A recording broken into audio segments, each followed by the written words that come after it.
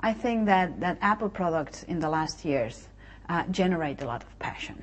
The main learning objective of this case is to show how a company that is completely new in a certain industry arrives with a certain business proposition that is different from the mainstream of the industry, and by making a different approach actually is able to refine the rules of the game of the industry.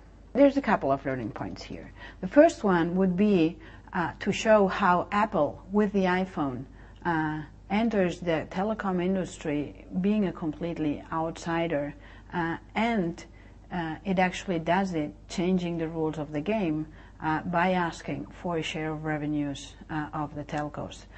This is quite extraordinary and actually was very aggressively attacked by most of the companies, both on the handset provider side and the telcos itself.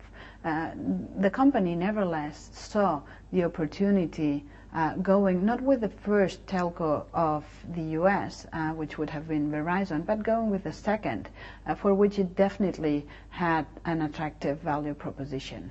In this way, it sort of sneaked into the industry, got a foot into the door, and was able to continue working. The second lesson that we can learn from this case is that the European context is very different. So when the company tries to enter the European market, they have lots of problems. The European companies have learned, they have a different context, they have a different technology, and so the company, even after 6 months of trying to reach closure in some of the major European markets, still haven't been able to actually close the deal.